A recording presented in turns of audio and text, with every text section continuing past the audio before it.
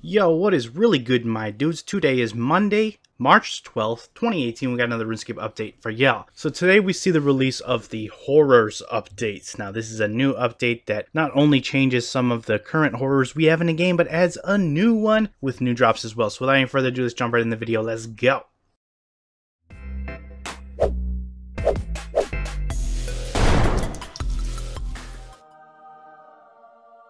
Alright guys, so like I said, this is a new update to the horrors on Mos Le'Harmless. So a couple things have actually changed with today's updates. First up, the different horrors themselves have actually got graphical updates. So here you can see the jungle one. It looks pretty cool. They got nice little animations. And overall, a vast improvement from the previous. Next up, we have the cave horror, also graphically updated. You can see here, it looks really cool as well. Piggybacking on the look of the jungle ones, however, just change of the skin color and the outfit slightly different, as well as the fact that they are wearing the black mask. So that looks really cool as well. But the main bulk of this update is the release of a new horror known as the Unspeakable horrors. Now they require the exact same Slayer level to kill as cave horrors, and they're actually located in the same area, just northeast within that cave, and they're gonna drop the black mask as well at the same rate that cave horrors do.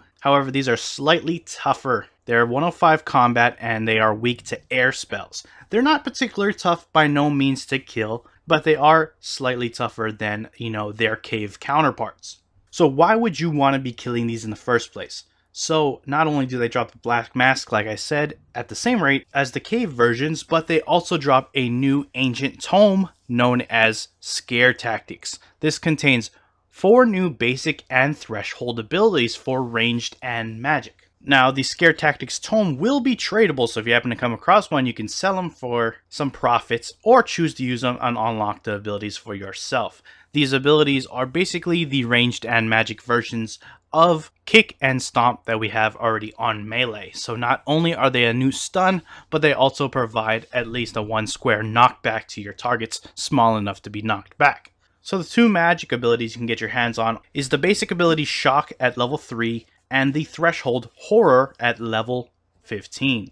Now for range, we have the basic ability Demoralize at level 3 and Rout at level 15. Overall, pretty neat update. Just head on over there. Don't forget your Witchwood icon when you go to kill these, and hopefully you get your hands on the new ancient tomes, the Scare Tactics, and you'll be able to get your hands on these abilities, or at least turn them over for a nice bit of profit while it's still brand new. Bear in mind, these are free-to-play abilities, so you can sell them to free-to-play players. They cannot obviously achieve them through free-to-play because you'll only be able to get them from Unspeakable Horrors, but if you buy them on the GE, free-to-play players do have access to these new abilities. So yeah, that's pretty much all you really need to know about these new Unspeakable Horrors in anticipation of the upcoming Pirates finale later this month, Pieces of Hate. So we're going to see how that ties into it in the near future. Looking forward to that. Anyways guys, with that out of the way, we're going to actually head over to the patch notes real quick and see exactly what we've got going on over there. So let's go ahead and check it out.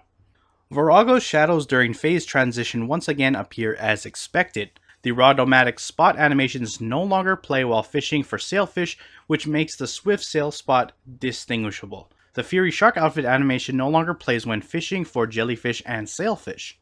The whirlpool at Deep Sea Fishing Hub now tracks title progression correctly. A bang option has been added to the ladders near the NPC Greg Roggy Herring in the Deep Sea Fishing Hub so that players can interact with him in Java.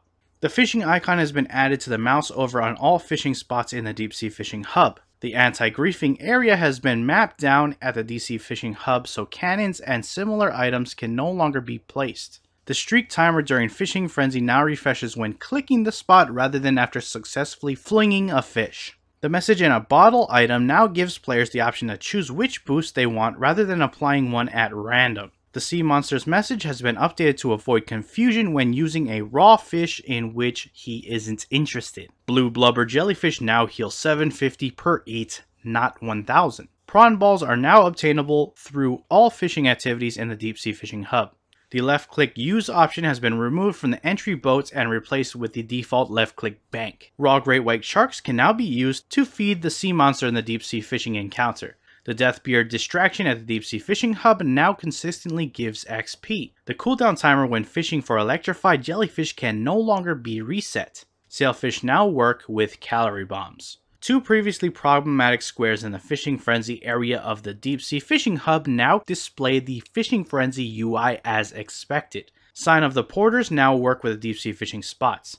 Ice dyes are no longer removed when repairing a Wand of the Praesel, the Imperium Core, the Khopesh of Tumekin, and the Khopesh of Elidinus. Exiting chat with an NPC after showing them a complete puzzle box no longer reshuffles the puzzle box. Players can no longer consume multiple puzzle skipping tickets by accident. Teleport checks no longer prevent players from teleporting with the Globetrotter outfit as intended, however, they still deduct a charge. The puzzle picking code for elite clues has been updated to make puzzle boxes rarer and Celtic knots more common, to be closer to the old chances. The distribution will be much more closer to 50-50 now. The chance of a wizard has not been changed. Using an augmentation dissolver on augmented limitless staves or elite Robin Hood gear now correctly retains the item's upgraded states and just removes the augmentation. The following quality of life changes have been made to Rumdeal. A skybox has been added to Braindeath Island. A bit of fence has been removed from the side of the factory so players don't need to run around the whole building. The hopper and stagnant water pool are now left-click friendly. The op has been removed from damaged farming patches. The NPCs and zombies outside the factory now appear when you're on the first floor. The quest conclusion now provides reward lamps instead of flat XP. The following quality of life changes have been made to Cabin Fever. Both cutscenes are now updated and skippable. Rogue wooden floor textures were removed from the map edges during the ship battle scene. There is now also a skybox and an extended sea map. Pirate NPCs are now aggressive on the enemy ship. The custom interfaces within the repair and weapons boxes have been updated and now give players the exact items needed when clicked. Planks from the repair box are now stackable. The quest conclusion now provides reward lamps instead of flat XP. A new left-click flow has been added to the gunpowder explosion when operating/repairing the cannon. The plunder mechanics has changed as such. The barrel and box have been removed. Players are now given a single lot of 5 plunder from the chest. Players no longer need to wait for the chest to respawn. The chat and quest logs have been updated accordingly. The When This Cavern's Rockin' achievement no longer completes when fishing rocktails during deep sea fishing. The Globetrotter achievement now correctly unlocks after purchasing the full Globetrotter outfit. Filters now sort correctly within the World Select menu. The Orlando Smith's hat broadcast is now global. Optimized animations for multi-core processors. Fixed audio dropout/crackling when playing on a single core machine or when the CPU is under high load from another program. Fixed flickering/disappearing particles on old/low-end AMD graphics cards. And fixed a bug with the avatar viewer. And that is it for your patch notes, guys. Links to both the patch notes and the game update will be down in the description below if you want to go check them out for yourself. Choose to do so, head over there. And that is it for the video. If you enjoyed it, hit that like button. If you're not subscribed yet and you want to stay up to date on all things RuneScape related, then hit that subscribe button. Anyways, I appreciate you guys watching. I am out. Peace.